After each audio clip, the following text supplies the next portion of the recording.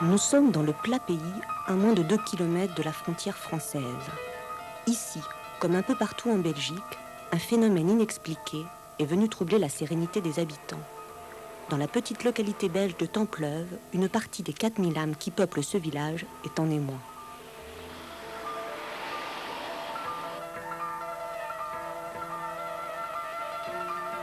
Tout a démarré le 27 novembre dernier, lorsque plusieurs témoins ont cru déceler d'étranges lumières dans le ciel.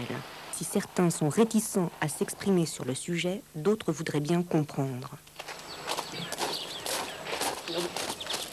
Sophie, 13 ans, était avec son père ce soir-là. Son souvenir ressemble étrangement à ce qu'a pu filmer le 10 décembre Stanley Box dans la région de Liège, à l'autre bout du pays. Essayez d'observer ces documents dans la pénombre. On y voit un objet lumineux en déplacement à gauche de la Lune. Lors de l'agrandissement et du ralentissement de l'image, on y observe des flashs inexpliqués.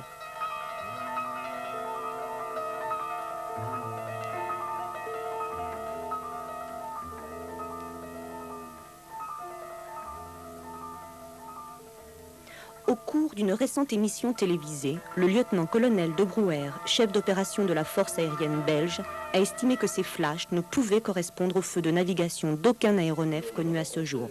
Ces observations répétées semblent mobiliser la presse et les pouvoirs publics. La SOBEPS, Société belge d'études des phénomènes spatiaux, se trouve dans la banlieue ouest de Bruxelles. Créée en 1971, cette association regroupe 200 adhérents et jouit d'une réputation sérieuse. Ce matin-là, Lucien Clerbeau, secrétaire général de la SOBEPS, arrive en compagnie du professeur Brenig, physicien et chef de travaux à l'Université libre de Bruxelles. Mais c'est en vitesse constante et ça n'a pas du tout changé d'orientation ou... Non, ni direction, trajectoire constante, vitesse, trajectoire rectiligne, vitesse constante. Le physicien Léon Brenig s'est passionné pour le phénomène depuis qu'il a été témoin visuel d'un objet volant non identifié il y a un mois de cela. Depuis le début de la vague fin novembre, cet organisme a recueilli plus de 3000 témoignages.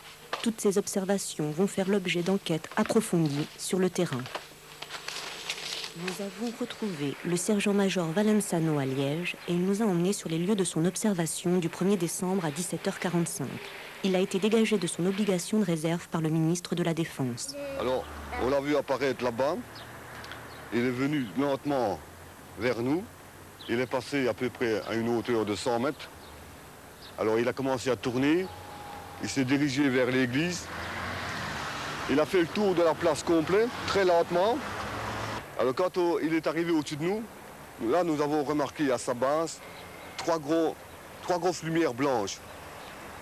Alors, quand il a pivoté autour de la place ici, il ne s'est pas incliné. Il est resté à l'horizontale et, suivant un axe, il a pivoté sur lui-même autour de la place ici. Réel ou irréel, tous les médias titrent quotidiennement sur cette vague. Les pouvoirs publics semblent décidés à mobiliser la force aérienne et la gendarmerie pour tirer au clair cette affaire. Hallucination collective, essais secrets de nouveaux prototypes ou objets volants non identifiés. L'énigme reste entière.